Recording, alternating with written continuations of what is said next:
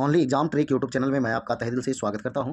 चलिए दोस्तों, आज का वीडियो जो है आपका जो चल रहा है सीरीज संपूर्ण आधुनिक भारतीय इतिहास का एक नज़र में यानी वन लाइनर के रूप में।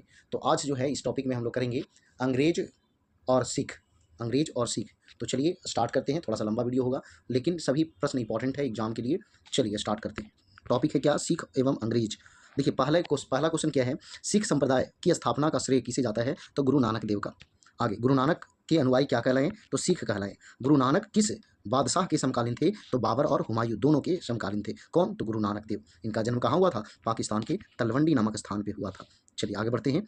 अगला क्वेश्चन क्या कह रहा है? गुरु नानक को आध्यात्मिक पुनर्जीवन का आभास कब हुआ तथा किस पूर्णिमा के दिन हुआ? तो 1496 ईस्वी में हुआ और कार्तिक पूर्णिमा के दिन हुआ। गुरु का लंगर नामक निःशुल्क सहभागी भोजनालय की स्थापना किसने किया? मतलब कि ये लंगर व्यवस्था की शुरुआत किसने की? तो गुरु नानक देव ने किया था। जबकि इसको अस्थायी रूप से कर दिए थे कौन? तो इनके अगले आ गया ये। अगला है, गुरु नानक की मृत्यु जो है 1538 ईस्वी में कहाँ हुई थी? तो करतारपुर में हुआ था। करतारपुर में। करतारपुर क्लियर है। सिखों के दूसरे गुरु कौन थे? तो गुरु अंगद देव थे। लहना किसका प्रारंभिक नाम था? तो गुरु अंगद का। गुरुमुखी लिपि का प्रारंभ किसने किया? तो गुरु अंगद ने। गुरु अंगद कब से कब तक सिखों के दूसरे गुरु के रूप में रहे? तो 1539 से आपका 52 तक। आगे देखिएगा, सिखों के तीसरे गुरु अमरदास कब से कब तक पद पर रहे? तो ये जो है 1552 से 74 तक। देखिए हम बताए थे अभी कि लंगर व्यवस्था का शुरुआत जो है किए थे गुरु नानक देव, लेकिन उसको अस्थायी रूप से कर दिया था कौन? तो दूसरे गुरु गुरु अंगद देव ने। आगे तीसरा गुरु कौन थे? तो अमरदास। किसने लवन पद्धति का प्रचलन किया? तो अमरदास ने। गुरु अमरदास से गोविंदवाल जाकर किसने भेंट किया? तो अकबर ने भेंट किया। बीबी भानी किसकी पुत्री थी? तो अमरदास की पुत्री थी। अमरदास कितने गद्दियों की स्थापना की थी? तो 22 गद्दियों की स्थापना की थी। सिखों के चौथे गुरु कौन थे तथा कब से कब तक पद पर रहे? तो चौथे गुरु गुरु रामदास थे और ये 1574 से 81 तक रहे। गुरु रामदास की पत्नी का क्या नाम था? तो बीबी भानी। वही अमरदास की पुत्री थी जो रामदास की पत्नी थी। आगे, अकबर ने बीबी भानी को कितना बीघा भूमि दिया था? तो ये 500 बीघा भूमि जो है दिया था। अमृतसर नामक जलाशय तथा अमृतसर नगर की स्थापना किसने की? तो रामदास ने की। रामदास के तीसरे पुत्र का नाम क्या था? तो अर्जुन था। रामदास के तीसरे पुत्र का नाम अर्जुन था। आगे देखिए, सिखों के पांचवा गुरु कौन कौन तथा वे कब से कब तक पद पर रहे? तो पांचवें गुरु जो थे गुरु अर्जुन देव थे। ये 1581 से 1606 तक रहे। आदि ग्रंथ या गुरु ग्रंथ साहिब की रचना किसने की? तो गुरु अर्जुन देव ने।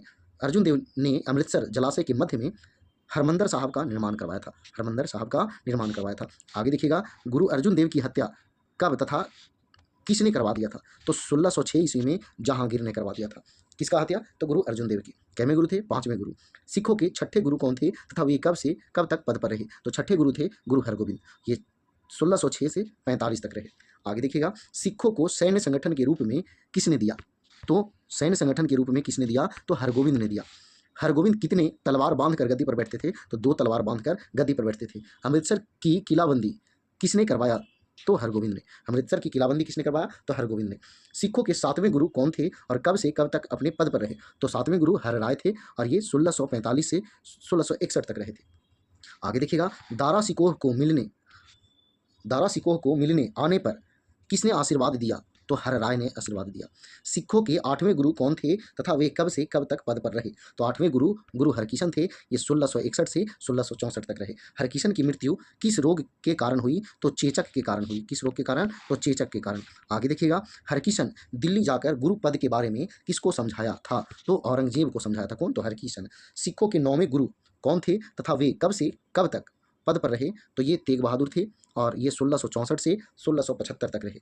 औरंगजेब के कहने पर इस्लाम स्वीकार नहीं करने के कारण शीशगंज में, देखिए शीशगंज होना चाहिए था, यहाँ पे मिसप्रिंट टाइप का है ना। शीशगंज में गुरुद्वारा के निकट किस गुरु को मरवा दिया? तो गुरु तेग बहादुर को जो है ये औरंगजेब ने हत्या करवा दिया। आगे देखिएगा, सिखों के 10वें एवं अंतिम गुरु कौन थे तथा वे कब से कब तक अपने पद पर रहे? तो अंतिम गुरु जो थे गुरु गोविंद सिंह थे। ये 1675 से आपका 1708 तक अपने पद पे रहे, यानी गुरु के पद पे। देखिएगा, गुरु गोविंद सिंह का जन्म कब हुआ? तो 1666 में हुआ। कहाँ? पटना साहिब, पटना में। पटना साहिब, पटना में। आगे देखिएगा, गुरु गोविंद सिंह ने अपने आप को क्या कहा? तो सच्चा पातशाह कहा। क्या कहा? सच्चा पातशाह। किसने सिखों के लिए पंच ककार अनिवार्य किया? पंच ककार 5 को था और 5 क से था, इसलिए पंच ककार कहा गया। तो गुरु गोविंद सिंह। अब देखिएगा, पंच ककार में कौन क्या क्या था? तो केस, कंघा, कड़ा, कच्छा और कृपान, ये 5 जो है सिखों के लिए अनिवार्य कर दिए थे। कौन? गुरु गोविंद सिंह। आगे देखिए, सिख धर्म के लोगों के नाम के अंत में सिंह शब्द जोड़ने की अनुमति किसने दी? तो गुरु गोविंद सिंह। कहने का मतलब ये कि नाम के अंत में सिंह जोड़ने का प्रथा किसने चलाया? किन सिख गुरुओं ने? तो 10वें सिख गुरु, जो कि अंतिम सिख गुरु थे, गुरु गोविंद सिंह ने। गुरु गोविंद सिंह का निवास स्थल कहाँ था तथा कार्यस्थली कहाँ थी? तो निवास स्थान जो था वो आनंदपुर साहिब था, जबकि कार्यस्थली जो था पाओता था, पाओता। गुरु गोविंद सिंह ने जफरनामा किस भाषा में लिखा? तो फारसी में लिखा। गुरु गोविंद सिंह के 2 पुत्र कौन कौन थे? तो फतेह सिंह और जोरावर सिंह, फतेह सिंह और जोरावर सिंह। आगे देखिएगा, सरहिंद के मुगल फौजदार वजीर खां ने किनके 2 पुत्रों को दीवार में चिनवा दिया था? तो गुरु गोविंद सिंह के। यही दोनों थे, यानी कि फतेह सिंह और जोरावर सिंह। इन दोनों को सरहिंद के मुगल फौजदार वजीर खां ने दीवार में चिनवा दिया था। खालसा पंथ की स्थापना कब तथा किसने की? तो 1699 में गुरु गोविंद सिंह ने। बहुत इंपॉर्टेंट है, बहुत बार एग्जाम में पूछा भी गया है। पाहुल प्रणाली की शुरुआत किसने की? तो गुरु गोविंद सिंह ने की। सिखों के धार्मिक ग्रंथ का नाम क्या है? तो आदि ग्रंथ है। गुरु गोविंद सिंह के हत्या कब तथा किस स्थान पर हुई? तो 1708 ईस्वी में नांदेड़ में हुआ। और किसने किया था? तो गुल खां नामक पठान ने हत्या कर दिया था। देखिए अगला क्वेश्चन है ही, गुरु गोविंद सिंह के हत्या किसने किया? तो गुल खां नामक पठान ने, गुल खां नामक पठान ने। आगे देखिएगा, बंदा बहादुर का जन्म कब तथा पूंछ जिले के किस गांव में हुआ था? तो 1670 में जन्म हुआ, जबकि रजौली गांव में हुआ। बंदा बहादुर के बचपन का नाम क्या था? तो लक्ष्मण दास था। बंदा बहादुर के पिता का नाम क्या था? तो रामदेव भारद्वाज था। बंदा बहादुर का उद्देश्य पंजाब में एक सिख राज्य स्थापित करना चाहता था, मतलब उनका उद्देश्य यही था कि पंजाब में एक सिख राज्य स्थापित हो। आगे देखिएगा, गुरु नानक एवं गुरु गोविंद सिंह नाम के सिक्के किसने चलवाया? तो ये जो है बंदा बहादुर ने चलवाए, यानी कि शुरू वाले गुरु और अंतिम वाले गुरु। सरहिंद के मुगल फौजदार वजीर खां की हत्या किसने की? तो बंदा बहादुर ने। इन्होंने जो है गुरु गोविंद सिंह की हत्या करने वाले वजीर गुरु गोविंद सिंह के पुत्र को दीवार में चिनवाने वाले का हत्या किसने किया? तो बंदा बहादुर ने। बंदा सिंह का हत्या कब तथा किसने करवाया? तो फर्रुख सियर ने करवाया और 1716 में करवाया। बंदा सिंह की हत्या कहाँ हुई थी? तो गुरुदासपुर नामक स्थान पर, गुरुदासपुर नामक स्थान पर। सहादरा केस नाम से विख्यात है, तो कत्लगढ़ी, कत्लगढ़ी के नाम से विख्यात है। अब करपूर सिंह की पहल से सिख टुकड़ियों का दल खालसा में विलय हुआ, तो 1748 में। आगे आइए अगला क्वेश्चन, तो दल खालसा को किसके नेतृत्व में रखा गया था? तो जस्सा सिंह अहलुवालिया, जस्सा सिंह अहलुवालिया।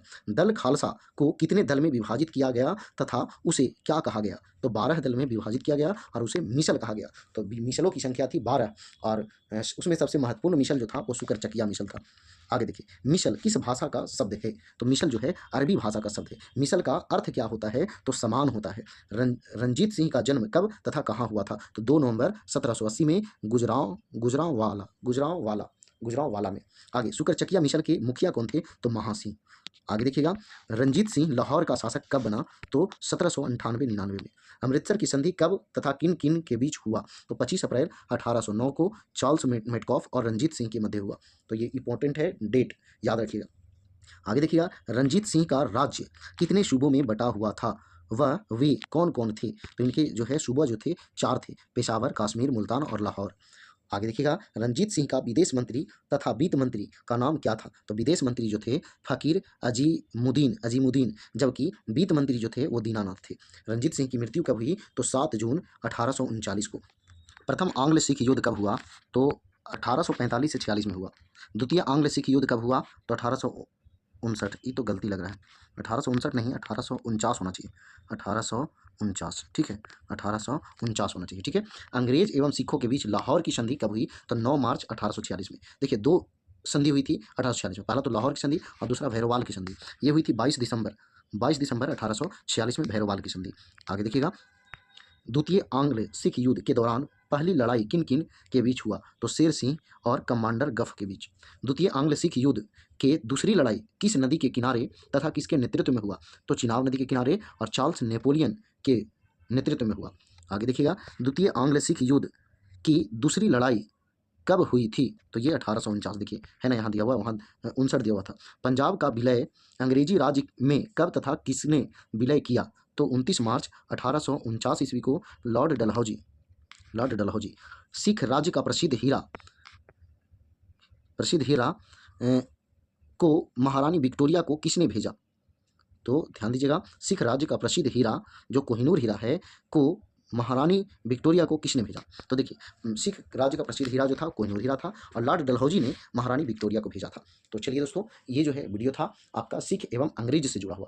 थोड़ा सा लंबा वीडियो हुआ है, लेकिन आपको थोड़ा सा स्पीड बढ़ा देंगे ताकि आपको आसानी से कम समयों में खत्म हो जाए। अगला जो वीडियो मिलेगा भारत के अधीन गवर्नर जनरल, ये भी जो है थोड़ा सा लंबा वीडियो होगा, क्योंकि वन लाइनर क्वेश्चन के रूप में जो इंपॉर्टेंट क्वेश्चन पूछते हैं गवर्नर जनरल से जुड़ा हुआ, तो सारा क्वेश्चन जो है इसमें आपको मिल जाएगा। तो देखिए, अगर वीडियो पसंद आया तो वीडियो को लाइक कीजिए, दोस्तों का शेयर कीजिए। तो आज में इतना ही। जय हिंद, जय भारत, धन्यवाद।